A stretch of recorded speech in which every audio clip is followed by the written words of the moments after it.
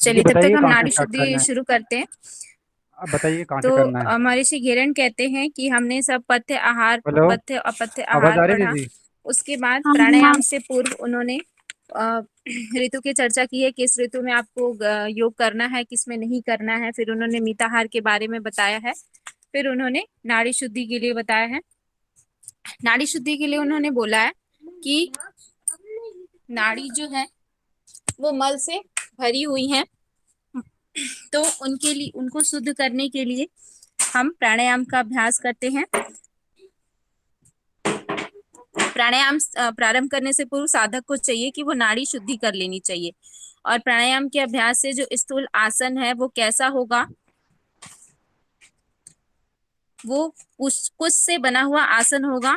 मृग चर्म या व्याघ्र चर्म या कंबल बिछाकर उस पर जो हमारा आसन होगा वो कुश का होगा या मृग चर्म का होगा या सिंह चर्म का होगा, अथवा कंबल में से, तीनों में से किसी भी चीज का आप आसन लगा के, किसी भी प्रकार का आसन हो, उसके बाद पूर्व या उत्तर की ओर मुख करके नाड़ी शुद्धि होने पर प्राणायाम का साधन करना चाहिए, प्राणायाम का अभ्यास करना चाहिए। हमारी जो नाड़ियां हैं वो मल से भरी हुई हैं।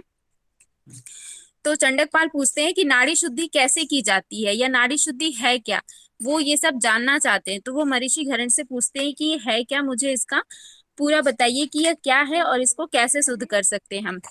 तो महर्षि घिरण बताते हैं कि जो मल से भरी हुई नाड़ियां हैं उसमें जो प्राण वायु है वो प्रवेश नहीं कर पाती है और ना ही प्राणायाम में शुद्धि रहेगी। और जब तक हमारी नाड़ियां जो हैं वो मल से भरी रहेंगी तो उसमें प्राण का प्रवाह होगा ही नहीं। जब प्राण का प्रवाह नहीं होगा तो हमें प्राणायाम में सिद्धि भी नहीं मिल सकती, और सिद्धि नहीं मिल सकती तो तत्व ज्ञान का हमें कैसे हो सकता है। तो इसलिए उन्होंने नाड़ी शुद्धि करें, फिर उसके बाद प्राणायाम का अभ्यास करना है। तो नाड़ी शुद्धि के लिए उन्होंने बोला है, नाड़ी शुद्धि धृता प्रोक्ता समुन निर्मुन स्थिता बीजेन समुनम कुर्यात निर्मुनम धौति कर्मणा। 38 नंबर का श्लोक है ये। नाड़ी शुद्धि के लिए उन्होंने बोला कि नाड़ी की शुद्धि जो है वो दो प्रकार की बताई गई है। कौन कौन सी दो प्रकार की बताई गई है, वो समुन नाड़ी और निर्मुन नाड़ी बताया है कि दो प्रकार से नाड़ी शुद्धि की जा सकती है, एक समुन और दूसरा निर्मुन। 38 नंबर श्लोक है नीरज जी। जी जी मैं ढूंढ रहा हूँ। तो समुन और निर्मुन नाड़ी क्या है, उन्होंने बोला नाड़ी शुद्धि दो प्रकार की, पहले उन्होंने बताया है कि एक मंत्र सहित है और एक मंत्र रहित है। दो प्रकार की नाड़ी शुद्धि बताई गई है। और जो मंत्र सहित नाड़ी शुद्धि है बीज मंत्र के साथ की जाती है, और जो मंत्र रहित है वो धौती कर्म के साथ की जाती है। यहाँ पे ध्यान रखिएगा, जो मंत्र सहित की जाती है वो बीज मंत्र के साथ, और जो मंत्र रहित की जाती है वो धौती कर्म के साथ की जाती है। फिर बताते हैं समुन नाड़ी क्या है। समुन नाड़ी के लिए बोला है उन्होंने, धौति कर्म पुरा प्रोक्तम षष्ठ कर्म साधने यथा श्रुणम समुनम चंड नाड़ी शुद्धि यथा भवेत। मतलब, हे चंड, षटकर्म साधना के जो प्रसंग में धौति कर्म को बताया जा चुका है, षटकर्म में उन्होंने धौति को बता दिया है, उस मंत्र सहित नाड़ी शुद्धि कैसे की जाती है इसका उन्होंने आगे वर्णन किया है कि उसके धौति कर्म से कैसे नाड़ी शुद्धि की जाती है, उसका मैं आगे आपको बताता हूँ। चंडक पालक को बताते हैं महर्षि घेरण।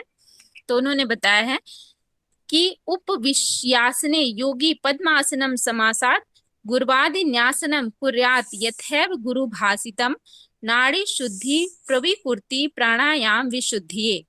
मतलब योगी को पद्मासन में बैठकर, यहाँ पद्मासन की बात की गई है कि योगी कैसे बैठेगा, वो पद्मासन में बैठेगा जैसे गुरु ने बताया है, और उसी प्रकार गुरु आदि न्यास करे।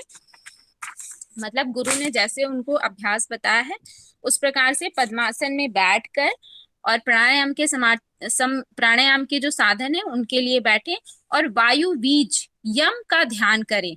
यम का ध्यान करते हुए 16 बार यम का ध्यान करना है। वायु बीज मंत्र यम है।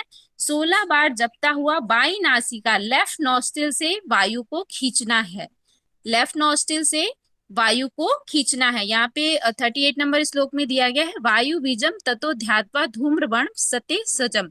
मतलब 16 बार अपनी लेफ्ट नॉस्ट्रिल से, बाई नासिका से हमें यम का जप करते हुए, वायु बीज जो मंत्र है यम है उसका जप करते हुए नासिका से वायु को खींचना है और चंद्रमार्ग से पूरक करने के पश्चात 64 बार जप करता हुआ कुंभक करे। 16 बार में इनहेल करना है, फिर 64 बार तक उसको कुंभक करना है, रोक के रखना है, और फिर 32 बार में दाई नासिका से रेचक कर देना है। मतलब इसमें 16, 64 और 32 का पूरक, कुंभक और रेचक बताया है उन्होंने। ठीक है। उसके बाद उन्होंने बताया है कि नाभि में अग्नि तत्व को प्रकट कर लम बीज युक्त, जो नाभि में अग्नि तत्व है वो लम बीज को प्रयुक्त करता है और पृथ्वी तत्व सहित ध्यान करना चाहिए।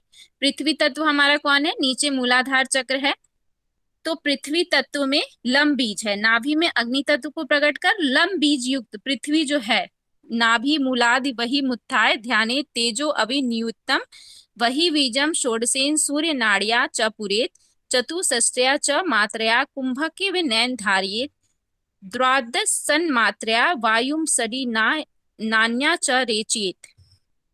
फिर वहीं ये बताया गया है कि फिर पृथ्वी युक्त का ध्यान करते हुए पूर्व क्रिया जो हमने नाभि मूल अर्थात अग्नि तत्व के साथ मणिपुर चक्र से अग्नि तत्व को उठाकर अग्नि तत्व के स्थान मणिपुर चक्र और अग्नि के बीज मंत्र रम, जो अग्नि का बीज मंत्र होता है वो रम होता है, और सूर्य नाड़ी से 16 मात्रा पूरक करे, 64 मात्रा कुंभक करे और चंद्र नाड़ी से 32 बार में रेचक करना है। ये हमारा समुन नाड़ी था। समुन नाड़ी के लिए बताया उन्होंने।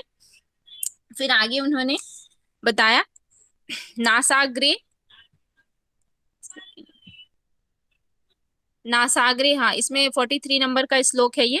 नासाग्रे सस धृगी बम बम ध्यात्वा ज्योत्सना संवितम हम बीजम षोडश इडियापुरम ये चतुष्टया, हाँ 43 नंबर का ये श्लोक है।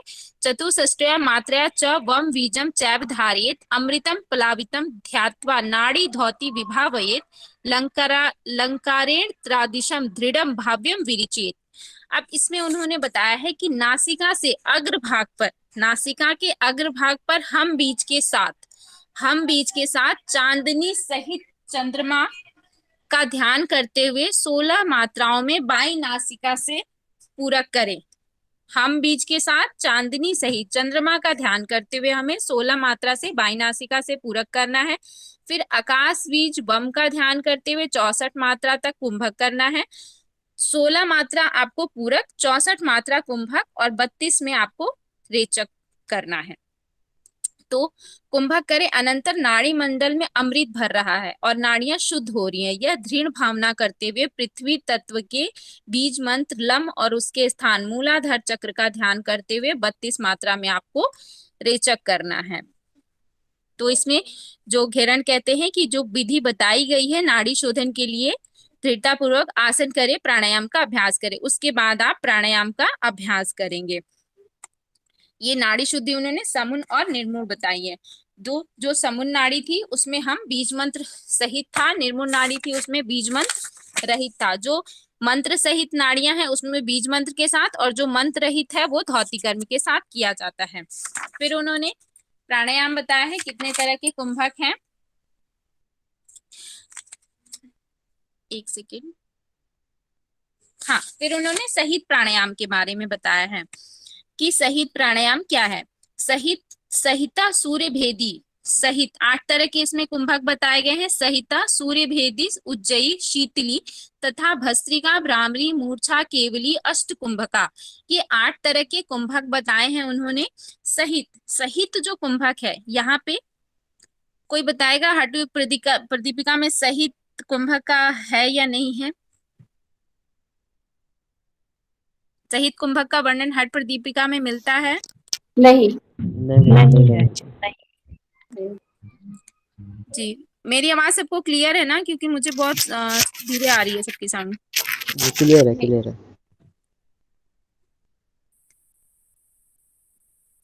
ठीक है, तो पहला हम कुंभक देखते हैं, सहित कुंभक। सहित कुंभक में उन्होंने बताया है कि जो सहित कुंभक है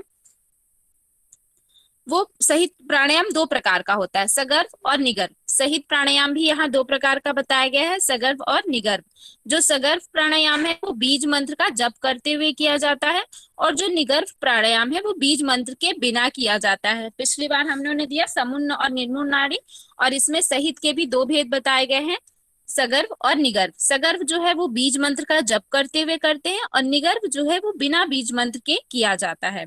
सगर्भ प्राणायाम में बताते हैं कि प्राणायाम सगर्भ च प्रथम कथ्यामि सुखासने चोपविश्य प्रांक मुखो वायु दंड मुख ध्यायेत विधिम रजो गुण्यम रक्त वर्ण वर्णम।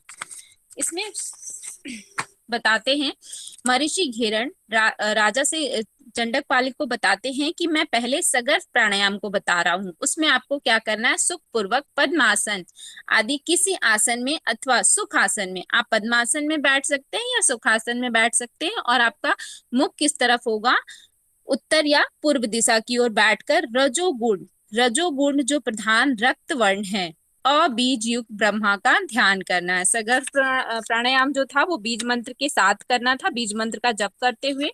तो इसमें बीज मंत्र रक्त वर्ण अबीज युक्त ब्रह्मा का ध्यान करना है सगर्भ प्राणायाम में।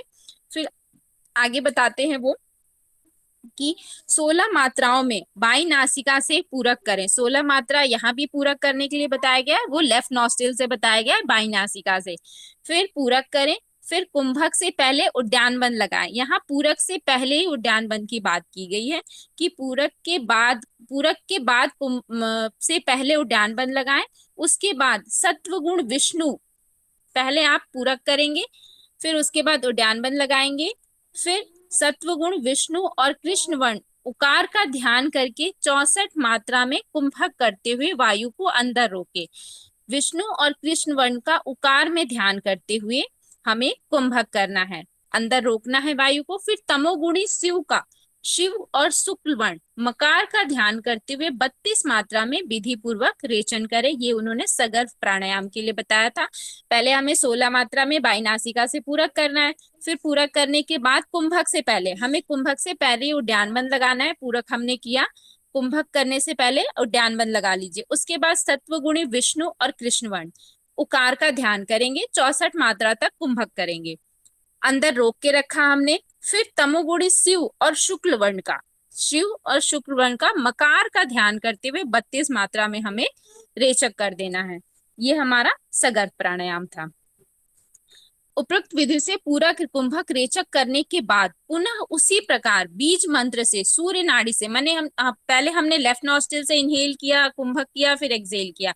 अब हमें उसी विधि का प्रयोग करते हुए सेम हमें राइट नॉस्ट्रिल से भी हमें पूरक करना है, कुंभक करना है, फिर बाई नासिका से रेचन करना है। उसी क्रम से बीज मंत्र में सूर्य नाड़ी के पूरक करे, फिर कुंभक करे और चंद्र नाड़ी से रेचन कर दें। सेम वही विधि थी, हमने पहले लेफ्ट नॉस्ट्रिल से किया, फिर हमें राइट नॉस्ट्रिल से वैसी करना है। 16 मात्रा में पूरक, 64 मात्रा में कुंभक और 32 मात्रा में रेचक करना है। ठीक है। अनुलोम विलोम बारंबार चेत साधित पूर्व कांतम कुंभक कातनम धृतम नासपुटद्यम। उन्होंने ये बताया है कि इस प्रकार से ईड़ा और पिंगला से विशेष पूरक और रेचन करने के लिए तर्जना मध्यमा को दूर रखकर अनामिका और कनिष्ठा को दूसरे अंगूठों से दोनों नासिका मार्ग को दबाते हुए पूरक, कुंभक और रेचक अनुलोम विधि से, जैसे हम अनुलोम विधि में करते हैं कि लेफ्ट से इनहेल किया, राइट से एक्सहेल, राइट से इनहेल किया, लेफ्ट से, तो उसमें वही करना है। पहले आप लेफ्ट से करेंगे, फिर कुंभक करेंगे, फिर राइट से एक्सहेल करेंगे, फिर राइट से करेंगे, फिर कुंभक करेंगे, फिर लेफ्ट से एक्सहेल करेंगे, जैसे हम अनुलोम विलोम विधि में करते हैं। फिर उन्होंने निगर्भ प्राणायाम के लिए बताया है। निगर्भ प्राणायाम के लिए प्राणायाम निगर्भम बिना बीजेन जायत, मतलब बिना बीज मंत्र के यहाँ बोला गया है। एकादिश पर्यंतम पूरक कुंभक रेचनम, मतलब निगर्भ प्राणायाम में पूरक, कुंभक और रेचक बीज मंत्र के बिना किया जाता है। इसमें बीज मंत्र का अभ्यास नहीं बोला गया है। भावना जी, आप किस में पूछ रहे हो डायरेक्शन? पहले तो पूरब और उत्तर बताया गया था ना, इसमें पूर्व और उत्तर की ओर मुख करके बैठना है। वो उन्होंने शुरू में ही बोल दिया था कि पूर्व और उत्तर की ओर मुख दिशा में बैठना है आपको, सुख पद्मासन या सुखपूर्वक आसन में। निगर्त प्राणायाम के लिए उन्होंने बताया कि बिना पूरक, कुंभक और रेचक, बिना बीज मंत्र के बिना किया जाता है। फिर आगे उन्होंने बताया कि प्राणायाम में पूरक, कुंभक और रेचक के समय जो अनुपात होता है वो 1:4:2 का है, अर्थात पूरक से कुंभक में 4 गुना समय और रेचक में 2 गुना लगना चाहिए। जितना हमने इनहेल किया है उससे 4 गुना ज्यादा कुंभक होगा और उससे 2 गुना रेचक होगा। हमने अगर 5 काउंटिंग में इनहेल किया है तो 20 काउंटिंग हम कुंभक करेंगे और 10 काउंटिंग में हम एक्सेल करेंगे, मतलब 1:4:2 का अनुपात यहाँ पे उन्होंने बताया है। इस प्रकार उत्तम से पूरक 20 मात्रा, कुंभक 80 मात्रा और रेचक 40 मात्रा। इसी प्रकार मध्यम में, ये उत्तम के लिए बताया गया है, यहाँ पे थोड़ा ध्यान देंगे इस बात को कि उत्तम में जो पूरक बताया गया है वो 20, कुंभक 80 हो जाएगा, उससे 4 गुना होता है, रेचक 40 हो जाएगा, 2 गुना होता है। जितना हमने पूरक किया उसका 4 गुना कुंभक और 2 गुना रेचक। फिर मध्यम में उन्होंने 16 बताया है। कुंभक अगर पूरक अगर 16 बताया है तो जो कुंभक होगा वो 64 हो जाएगा, 4 गुना हो जाएगा 16 का, और रेचक 32 बताया है वो 16 का 2 गुना हो जाएगा। ये हमारा मध्यम में। अधम में हम आते हैं तो प्राणायाम में पूरक उन्होंने 12 बार बताया है, तो 12 में अगर 4 से करेंगे कुंभक तो 48 हो जाएगा और रेचक हमारा 24 हो जाएगा। तो इस प्रकार उन्होंने उत्तम, मध्यम और अधम तीनों के लिए बताया है कि कुंभक कितने कितने समय पूरक, कुंभक और रेचक करना है। तो इस प्रकार उन्होंने उत्तम, मध्यम और अदम भेद से प्राणायाम के 3 प्रकार होंगे। अदम प्राणायाम में शरीर में पसीना आता है, मध्यम में कंपन होता है मेरुदंड में, और उत्तम में योगी जो है वो भूमि से ऊपर उठ जाता है। इससे क्वेश्चन बनता है, तो यहाँ पे ध्यान दीजिएगा कि अदम में जो होता है पसीना आता है और मध्यम में कंपन होता है और उत्तम में जो है वो जो योगी होता है वो भूमि से ऊपर उठ जाता है। आगे देखते हैं हम। प्राणायाम साधना के अनेक लाभ है, जैसे साधक जो है आकाश में गमन कर सकता है, उसके सभी वर्तमान और भावी जो रोग हैं वो नष्ट हो जाते हैं, प्राण शक्ति कुंडलिनी का जागरण होता है, समाधि में सिद्धि मिल जाती है, चित्त में अपूर्व आनंद का अनुभव होता है और योगी जो है पूर्ण रूप से सुखी होता है। अब सहित कुंभक की चर्चा हो चुकी है, अब सूर्य भेदी प्राणायाम की विधि बता रहे हैं। सूर्य भेदी प्राणायाम में क्या करना है, इसमें बाहरी वायु को सूर्य नाड़ी द्वारा अधिक से अधिक अंदर लेना है। उसके बाद तीनों बंद लगाकर, यहाँ पे तीनों बंद की बात साफ साफ की है उन्होंने कि तीनों बंद लगाकर तब तक कुंभक करें जब तक कि पैर से सिर तक पसीना ना आ जाए। अब ये आगे सूर्य भेदी प्राणायाम के बारे में बता रहे हैं कि सूर्य भेदी प्राणायाम में जो बाहरी वायु है उसको सूर्य नाड़ी द्वारा अधिक से अधिक अंदर लेना है, फिर तीनों बंद लगाना है, फिर कुंभक करना है और पैर से सिर तक जब तक पसीना ना आ जाए तब तक रोक के रखना है। मतलब यहाँ पे जो उन्होंने आगे बोला है कि प्राणो अपान समान च वेदनान व्यानो तथैव च नागा कुर्मस्य कृकलो देवदत्त धनंजय। मतलब यहाँ प्राण और उपप्राण के वर्णन किया गया है कि प्राण, अपान, समान, उदान, व्यान, ये हमारे 5 प्राण हैं, और 5 जो उपप्राण है नाग, क्रूम, किकल, देवदत्त, धनंजय, ये 10 जो प्राण हैं, 5 प्राण और 5 उपप्राण, ये जो 10 हैं पूरे, ये 5 प्राण और 5 उपप्राण हैं।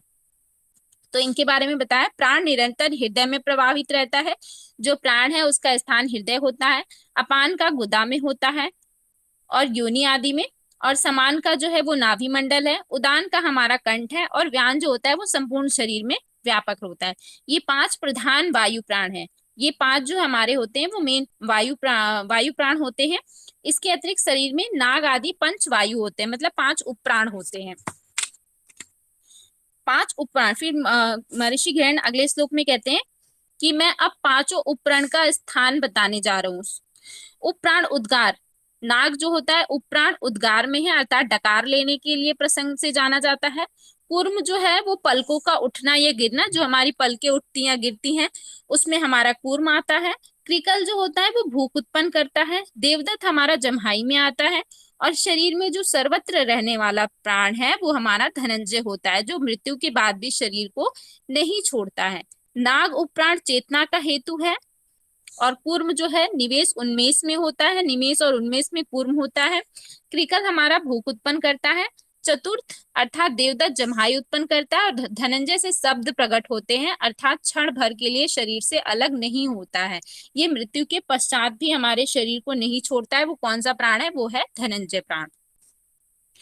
आगे सूर्य भेदी के लिए बताते हैं। सूर्य भेदी से सभी प्राण जागृत हो जाते हैं, मतलब सूर्य भेदी जो कुंभक है उस करने से सभी प्राण जागृत हो जाते हैं। इसीलिए उद्यान वन सहित कुंभक करके बाई नासिका से रेचन करें। यहाँ सिर्फ बाई नासिका से रेचन का बताया गया है। इस प्रकार क्रमशः विधि पूर्वक साधना करें। फिर अगले श्लोक में बताते हैं कि सूर्य भेदी कुंभक प्राणायाम जो है, यहाँ पे उन्होंने लाभ बताया है। सूर्य भेदी में उन्होंने अभ्यास के लिए बताया है कि बाई नासिका से रेचन करें, मतलब हम राइट से लेंगे और लेफ्ट से छोड़ना है। रेचक के लिए बताया है, हमने राइट से इनहेल किया, कुंभक किया, तीनों बंद लगाया और फिर हम लेफ्ट से एक्सेल कर देंगे। उसका लाभ बताते हैं सूर्य भेदी का, कि सूर्य भेदी जो कुंभक है प्राणायाम है वो बुढ़ापा और मृत्यु को नष्ट करता है, शरीर की अग्नि को प्रदीप्त करता है, कुंडलिनी को जागृत करता है।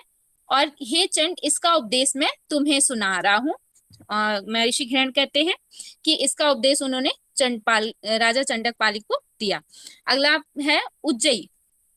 उज्जयी के लिए उन्होंने क्या बताया है कि नाक के दोनों छिद्रों से पूरक करेंगे। नाक के दोनों छिद्रों से मुख से वायु को रोकें, मतलब दोनों छिद्रों से मुख में वायु को रोकना है। फिर रेचक करें, हृदय और गले द्वारा पूरक करें। यहाँ पे हृदय और गले द्वारा उज्जयी प्राणायाम के पूरक के लिए बोलते हैं। और दोनों जो नाक है वो उसके दोनों छिद्रों से आपको पूरक करना है। मुख में रोके, फिर मुख से वायु को पूरी तरह निकाल कर पुनः लेकर जालंधर बंद के साथ यथाशक्ति, हठ पूर्वक नहीं, यथाशक्ति रोकना है, किंतु जबरदस्ती नहीं करनी है। जितना आपकी शक्ति है उतना ही रोके, जबरदस्ती ना रोक के रखे। कुंभक करते हुए वायु को अंदर रोके और बाई नासिका से निकालना होता है। हमने लिया तो दोनों छिद्रों से, लेकिन हम निकालेंगे कैसे? जब हम एक्सेल करेंगे तो हम लेफ्ट नॉस्ट्रिल से, राइट नॉस्ट्रिल को बंद करते हुए लेफ्ट नॉस्ट्रिल से एक्सेल करेंगे। फिर उज्जयी का लाभ बताते हुए कहते हैं कि जो साधक है वो उज्जयी कुंभक करके सब कार्य सिद्ध कर लेता है। जो उज्जयी प्राणायाम करता है वो अपने सब कार्य सिद्ध करने में सामर्थ हो जाता है। उसे कफ संबंधी रोग, क्रूर वायु, अजीर्ण, आमवत, क्षय, खांसी, ज्वर, प्लीहा, वृद्धि आदि रोग नहीं होते हैं और वो बुढ़ापा और मृत्यु पर भी विजय पा लेता है। कफ रोग कितने प्रकार के होते हैं? कोई बताए माइक ऑन करके? 20 प्रकार जी, भावना जी ने मैसेज कर दिया 20। ठीक है, अगला हम देखते हैं कुंभक शीतली प्राणायाम। शीतली प्राणायाम के बारे में महर्षि घृण ने बताया है कि जो शीतली प्राणायाम है उसे जीवा से धीरे धीरे वायु को अंदर लेना है, फिर कुछ देर कुंभक करना है, फिर वायु को दोनों नाक से निकालें। हमें पहले जीभ को बाहर की तरफ निकालना है, जीभ के द्वारा ही वायु को अंदर लेना है, मतलब टंग को फोल्ड करेंगे हम बाहर निकाल के, फिर उससे ही वायु को अंदर खींचेंगे और दोनों नाक से निकाल देंगे। फिर कुंभक करेंगे, फिर उसके बाद दोनों नॉस्ट्रिल से हम वायु को निकाल देंगे। योगी को चाहिए कि वह कल्याणकारी शीतली प्राणायाम का नियमित अभ्यास करे। महर्षि घृण ने इसका नियमित अभ्यास करने के लिए बोला है। ऐसा करने से अजीर्ण और कफ पित्त संबंधी रोग कभी नहीं होते। कफ और पित्त दोनों के लिए बोला है कि नहीं होते हैं, कफ पित्त के विकार जो है वो उत्पन्न नहीं होते हैं। और शीतली प्राणायाम का लाभ हठ योग में क्या बताया गया है? किसी को ध्यान है? उसमें इसको विषनाशक बताया गया है कि विष का भी प्रभाव नहीं होता शीतली के अभ्यास से, विषनाशक है ये। हठ योग प्रदीपिका में इसका लाभ बताया गया है, लेकिन घेरण में ये कहीं वर्णन नहीं है कि विष का लाभ, विष के लिए नहीं बताया गया। इसमें सिर्फ कफ पित्त के विकार उत्पन्न नहीं होते हैं। अगला हम देखते हैं भस्त्रिका कुंभक। भस्त्रिका में उन्होंने बोला है कि जैसे लोहार की धौकनी होती है, जैसे लोहार की धौकनी होती है उस तरह से क्रमशः सांस को लेना है और छोड़ना है। सांस को तेज तेज से, जितनी लोहार की धौकनी की भांति हमें क्रमशः सांस लेना है, सांस छोड़ना है। उसी प्रकार से वायु का संचालन 20 बार करें। 20 टाइम हमें फास्ट इनहेल और एक्सेल करना है। जैसे लोहार की धौकनी होती है उस टाइप से हमें वेग पूर्वक इसका इनहेल और एक्सेल करना है। उसी प्रकार से वायु का संचालन 20 बार करना है। 20 बार करने के लिए बोला है। उसके बाद कुंभक करना है, फिर उसी प्रकार वायु का संचालन करें। इस प्रकार भस्त्रिका कुंभक की 3 बार साधना करनी है। इसी तरह से आपको लोहार की धौकनी की बात ही जल्दी जल्दी श्वास लेना है, जल्दी जल्दी छोड़ना है, फास्ट इनहेल करना है, फास्ट एक्सेल करना है। और ये 20 बार आपको करना है और इसको 3 बार करना है। इस प्रकार से आपको 3 टाइम करना है। और जो भस्त्रिका कुंभक का साधना करता है उसे रोग और क्लेश नहीं होते हैं और प्रतिदिन आरोग्य बढ़ता है और वर्तमान रहता है। प्रतिदिन आरोग्य बढ़ता है, उसकी आयु बढ़ती है, किसी भी प्रकार का रोग नहीं होता, दिनों दिन आरोग्य की वृद्धि होती रहती है उसकी। अगला कुंभक देखते हैं, भ्रामरी कुंभक। भ्रामरी कुंभक में यहाँ पे बताया गया है कि जो योगी आधी रात बीतने पर, जब आधी रात बीत जाती है, जब जीव जंतु की ध्वनि ना हो, मतलब आधी रात बीतती है तो बहुत सन्नाटा रहता है, बहुत शांति रहती है। नीरज जी स्लाइड ऊपर कर दीजिए, भ्रामरी प्राणायाम।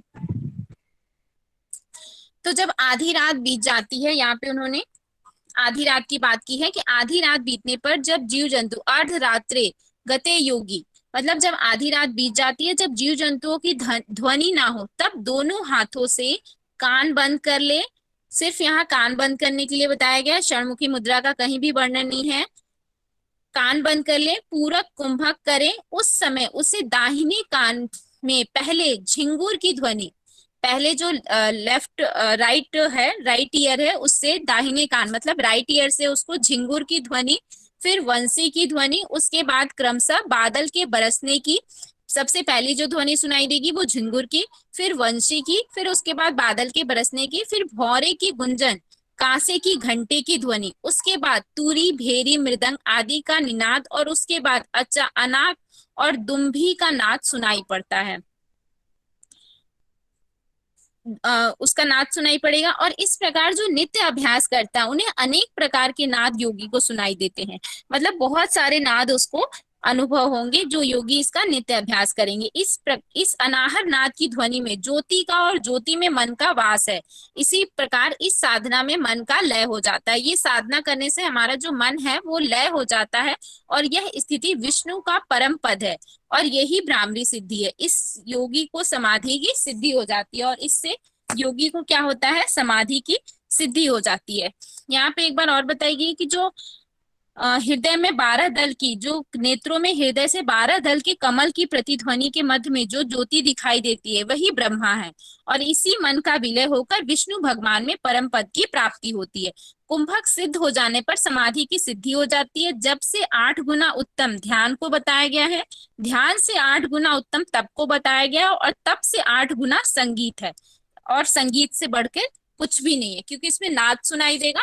तो यहाँ पे इसलिए इसका वर्णन किया गया कि जब से 8 गुना उत्तम ध्यान है, ध्यान से 8 गुना तप है और तप से 8 गुना संगीत है। आगे देखते हैं मूर्छा प्राणायाम। मूर्छा कुंभक, मूर्छा कुंभक के लिए बताया उन्होंने कि मूर्छा प्राणायाम के लिए इंद्रियों के सभी विषयों का त्याग करें। जो हमारी इंद्रियां इधर उधर भागती हैं उनके सभी विषयों का त्याग करना है। सुख पूर्वक कुंभक करके मन को भ्रू मध्य में स्थापित करना है। जो हमारा मन है वो हमारे इतना कंट्रोल में हो, पहले अपने मन को, इंद्रियों को सभी विषयों से हटाएंगे, मन पे कंट्रोल करेंगे, मन को निर्विचार कर देंगे, मन में कोई विचार ना हो और मन को अपने भूमध्य में स्थापित करेंगे। इससे जो सुख का अनुभव होता है यही हमारी मनोमूर्छा है। वस्तुतः मन को आत्मा के साथ संयुक्त करने पर निश्चय ही अद्भुत आनंद का अनुभव होता है। आज्ञा चक्र में, मतलब भूमध्य का बताया गया है तो वो भावों के मध्य जो स्थित है हमारा आज्ञा चक्र है और इस पद में विद्वान परमात्मा में लीन कर दे। जो आज्ञा चक्र पे शिव है उनमें लीन कर देना है और यह मूर्छा कुंभक कहलाता है। इस कुंभक की सिद्धि से क्या होता है, आनंद की प्राप्ति होती है। अंतिम कुंभक है हमारा केवली कुंभक।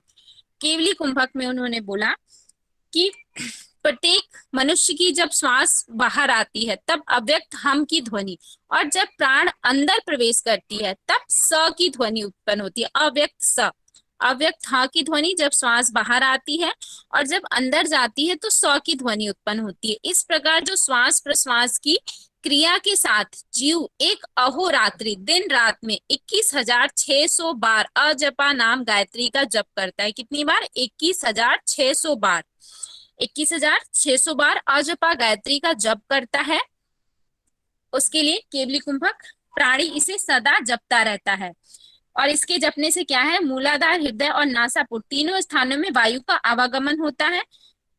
यहाँ पे जो अंगुल बताया गया था। दोनों नासिका छिद्रों में मूलाधार और हृदय कमल में 3 प्रकार से था। तीनों स्थान में हंस मंत्र का जप निरंतर चलता रहता है। फिर यहाँ श्वास का नाप बताया गया है कि प्रत्येक व्यक्ति की जो लंबाई है वो 96 अंगुल है। सभी जो लंबाई होती है व्यक्ति की वो 96 अंगुल बताई गई है। बाहर निकलने वाला जो वायु स्वभाव से बाहर 12 अंगुल आता है, गाने में वो 16 अंगुल, भोजन में 20 अंगुल, चलने में 24, निद्रा में 30, संभोग में 36 और व्यायाम में उससे अधिक वायु का मान होता है। सबसे जो कम होता है वो हमारे यहाँ पे 16, भोजन में 20 हो जाता है, चलने में 24 हो जाता है, निद्रा में वो 30 हो जाता है, संभोग के समय 36 और व्यायाम में उससे और अधिक हो जाता है, क्योंकि व्यायाम हम बहुत फास्ट करते हैं तो और भी ज्यादा बढ़ जाता है। फिर आगे के श्लोक में कहते हैं, यदि अपनी स्वाभाविक मात्र से वायु कम गति करती है तो आयु की अतिशय वृद्धि होती है। अगर आप स्वाभाविक गति से कम कर रही है तो वृद्धि होती है, और अधिक मात्रा में गति करती है तो आयु का क्षय होता है। और जीव जब तक जीवित रहे सिर्फ अजपा संख्य प्रयत्न 21,600 बार जप करे, जो कि अब तक स्वीकृत संख्या है। केवल कुंभक करने पर इस संख्या में परिवर्तन हो जाता है। केवल कुंभक और मनोन्मनी अर्थात समाधि में इस मंत्र संख्या से 2 गुना फल होता है। फिर आगे के बताते हैं घेरन जी कि साधक जो है वो प्रतिदिन 3 घंटे के अंतर से, 3 घंटे का अंतर होना चाहिए, 8 बार करे। जैसे मैं कह रहा हूँ, प्रातः, दोपहर, सायं और मध्यरात्रि, मतलब 4 बार, रात्रि के चौथे पहर 5 बार, अर्थात प्रातः, दोपहर, सायंकाल, मध्यरात्रि अथवा प्रातः, मध्यम, सायंकाल 3 बार कुंभक, केवल कुंभक के लिए अभ्यास करें, किंतु करने का समय प्रतिदिन समान रहे। जो भी हम समय ले 3-3 घंटे के अंतराल पे बताया है, 8 बार करने के लिए बोला है। अगर वो प्रातः, दोपहर, सायं और मध्यरात्रि करता है तो रात्रि के चौथे पहर 5 बार हो जाएगा। अगर वो प्रातः, दोपहर, सायंकाल और मध्यरात्रि करता है, अगर 3 बार करता है तो प्रातः, मध्याह्न और सायंकाल करेगा।